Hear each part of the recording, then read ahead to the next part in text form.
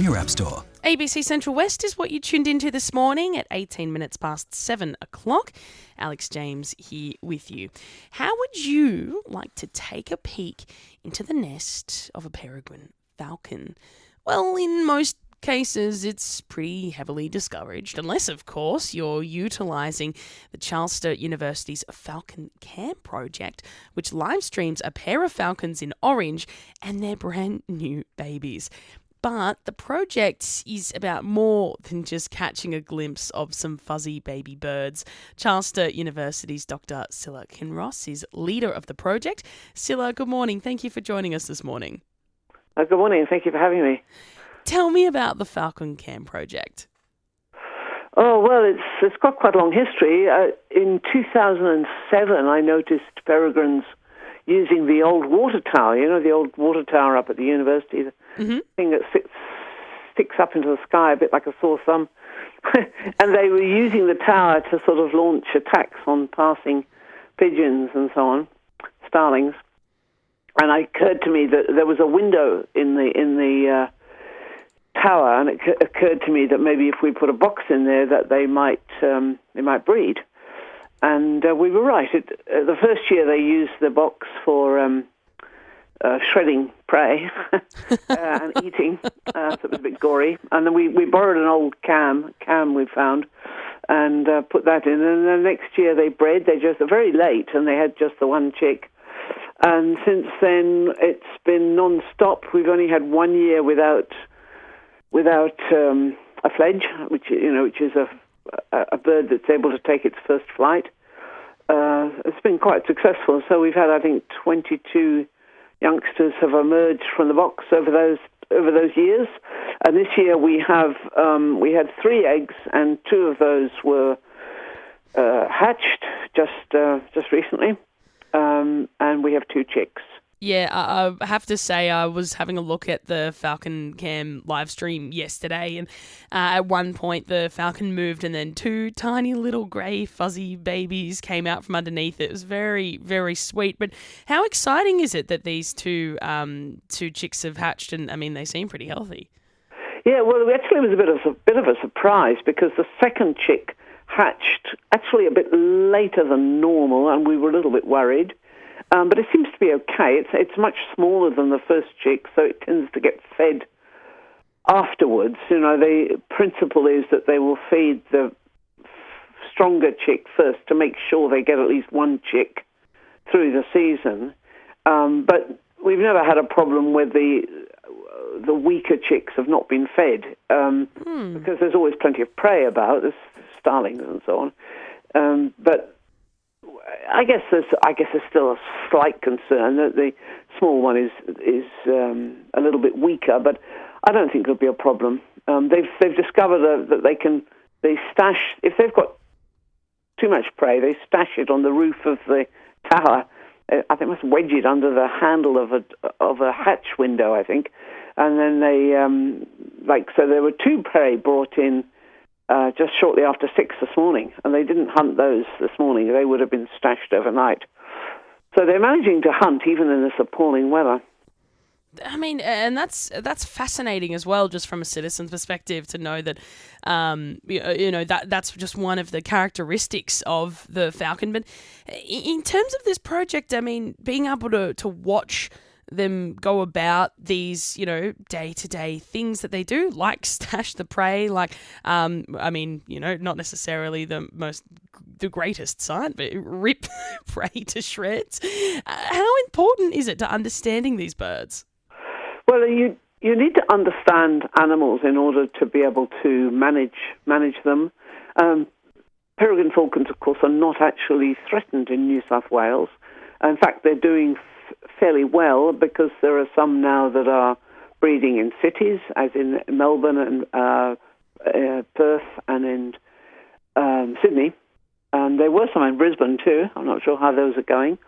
But they're an iconic species. They're an apex predator. They're top of the heap, and they catch a lot of starlings, which is good for agriculture. And starlings being somewhat of a pest. I wish they'd catch a few of those pesky miners as well. You know, the common miners. But The birds, of course.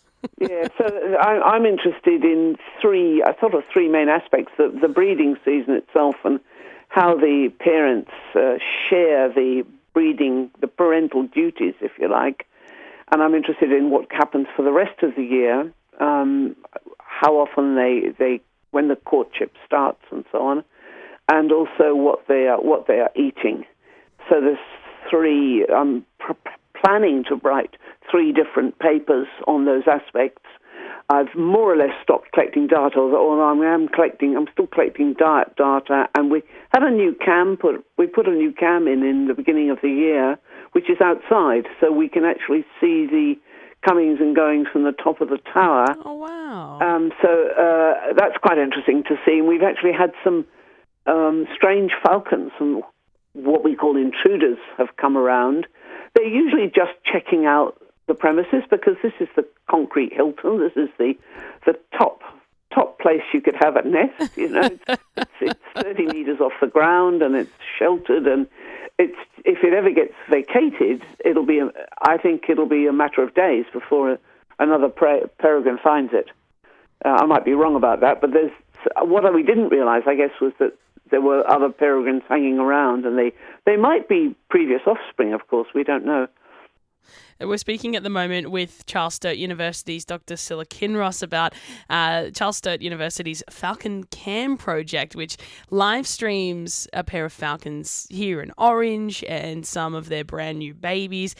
Now, speaking of these brand new babies, Scilla, I mean, this is a very exciting part of the project for those who have become quite attached watching the live stream, which I can admit I have after only seeing it for a couple of minutes yesterday. You're running a bit of a process of naming, and people can get involved in that. Tell me a bit about it. Yes, we give our babies names. Some people think that's a bit unscientific, but I don't think it hurts. When I write the papers, I have to call them M1 and F1 and so on. But for the general, there's a community that watch this. As you probably noticed when you went into the live stream, there's a chat. Yeah. There's currently 415 people watching that chat, and probably 10 of them or so are sort of lively. There's a lively chat going on, talking about the peregrines and what they're eating and so on. And it's quite a lively little community of falconistas, and yes, they like to vote.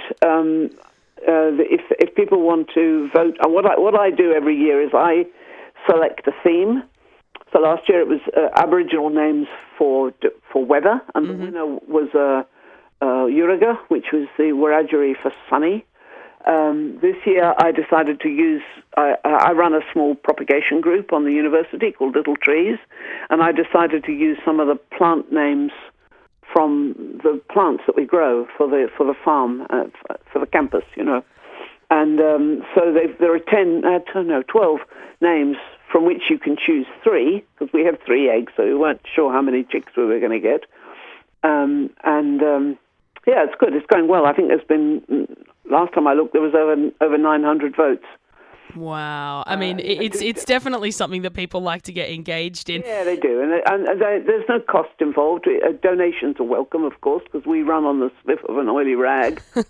As most good reasons. It's not an expensive project to run, really, but we are thinking of possibly a new outside camera next year looking at the ledge itself, so that would be terrific if we could do that. And as you mentioned, you've got so many people who are watching, hundreds who are constantly watching, and many more who have already started to vote. Look, if people want to join the community, if they want to start watching the live streams, Scilla, how do they do that? Well, I would suggest they go to the website, which is FalconCam Project Orange. That's how they'll find it, or Charles Sturt University.